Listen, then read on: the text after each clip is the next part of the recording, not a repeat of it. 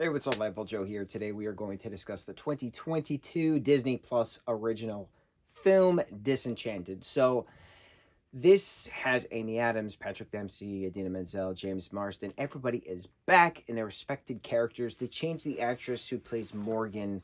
Um, it's been 15 years since Enchanted came out in '07. This girl, I think they casted her because she's a really good singer, and this is a musical. I don't know if the actress who plays Morgan can sing. I know they have her as like one of the girls at like I think the high school that Morgan's now going to. But I'm confused with this film. We're going to talk about how great it was. But the plot on IMDb says 15 years later, and the trailer 15 years later, and the the time it took to make it, from '07 when the first film came out, which means they filmed it in 2006, to 2022 when the second film came out, which is 15 years since the first one to the second one, which means they filmed this one in what, 21, something like that. The plot isn't 15 years. In the first film, now I've seen the first film a billion times. That soundtrack was constantly on repeat. I was doing theater in '07. This me and this one female friend would just watch it constantly. She had like a limited edition Giselle doll from like the Disney store. Like it was so cool, like being around at that time, like watching it for that Thanksgiving weekend. It came out, like the soundtrack was just so wonderful. The story was great, and '07 was the year James Marsden did both Hairspray as Corny Collins and Prince Edward in Enchanted. So that's the only time he's ever done two musicals in the same year, and then he hasn't done a musical since. So this is the first musical for James Marsden since '07's Enchanted. Like, fun facts galore on this film. It's one of those films I know some stuff. So in the first film, Morgan literally says, "I'm 6," or she says, "But I'm 6," or she says, "I'm only 6." She says I'm 6 at some point. I don't remember specifically what the beginning was I'm only 6 or but I'm 6, whatever. But she says she's 6. Okay? So if 15 years go by, right? What is 15 plus 6? Right? 15, 16, 17, 18, 19, 20, 21. So if she's 21 years old and she potentially is in college, right? Some 21-year-olds are in college. Not all 21-year-olds are in college. Some 21-year-olds are in college. She should then be a junior in college.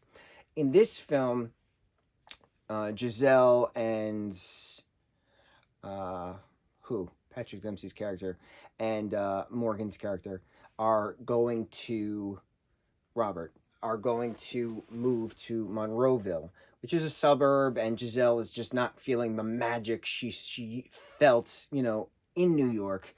So we're many years later. Giselle and Robert have a 1-year-old now.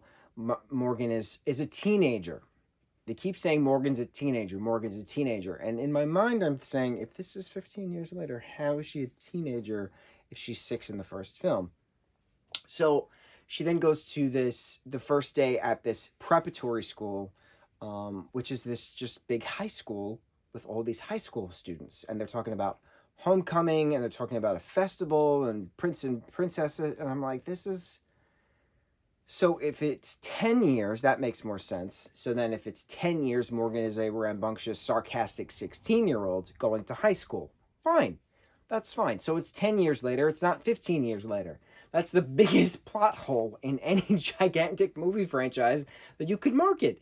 Why are you saying it's 15 years later in the trailer? It's 15 years later in the plot points, with different, websites saying, this is the new film, Disenchanted, and what is all this all about, right? It's not 15 years. It's 10 years. Potentially 11. Not 15. Because Morgan can't be a teenager if she's 21, right? She can't be 16 if she's 21, or she can't be 21 if she's 16. It's not 15 years. So, after my rant about that gigantic plot hole, which I don't think most of you realized, this movie was great. It had a coherent story. Giselle wants more magic. In regards to, she wants a fairy tale life. And she sings this gigantically gorgeous song. Alan Menken is back to do the music. Oh my God, incredible.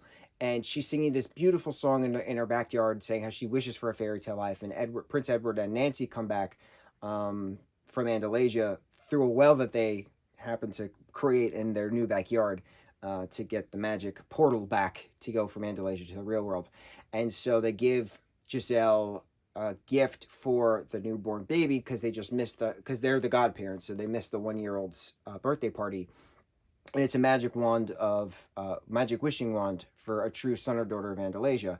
And so it's now a matter of, if Morgan's the stepdaughter, is she qualifying to be a true daughter of Andalasia, or is it a blood relative? A blood daughter has to be the true relative to use the wishing wand.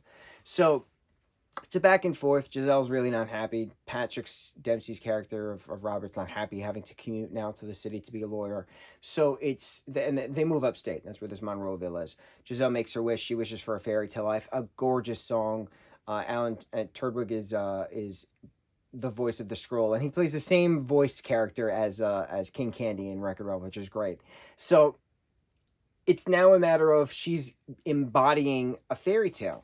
Right? She's not just the damsel in distress. She's not the I've been dreaming of a true love's kiss. Right? She doesn't have to sing that song anymore because she's not getting Prince Edward. She already has her quote-unquote prince with Robert, but she's now a stepmother.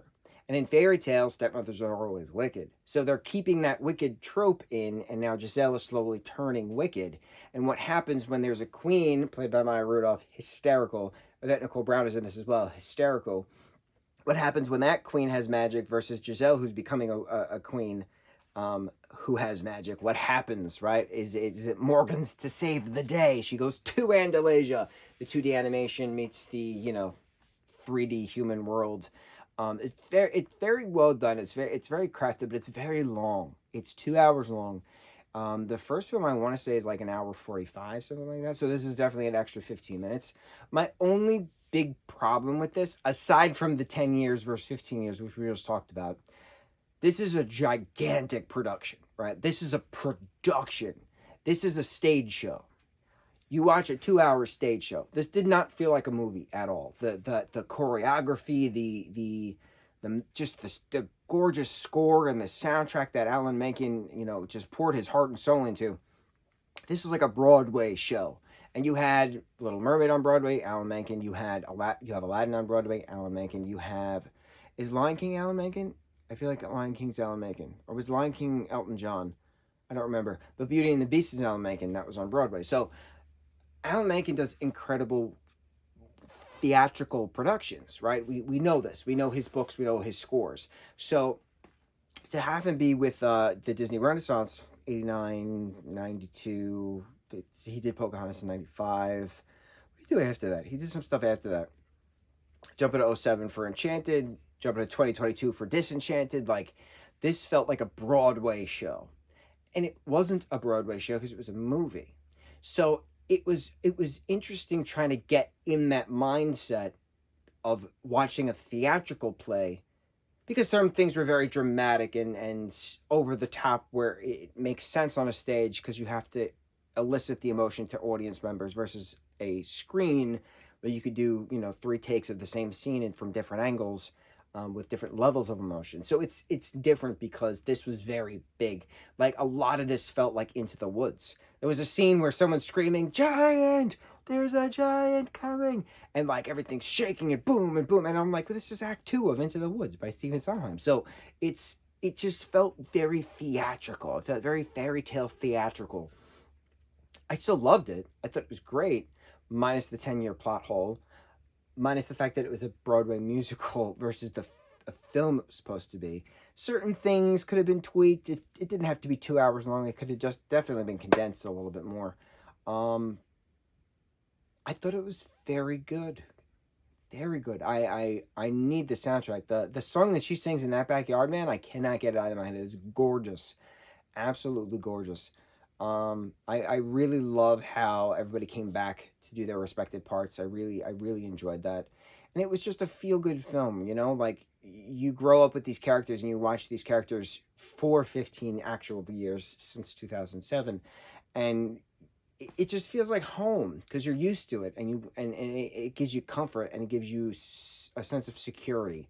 And to see them interact again, dealing with different peril and different things, and singing and dancing and loving and blah, blah, blah, right? Having Morgan save the day. it's good to see the evolution of the characters, because it's good to see the character development.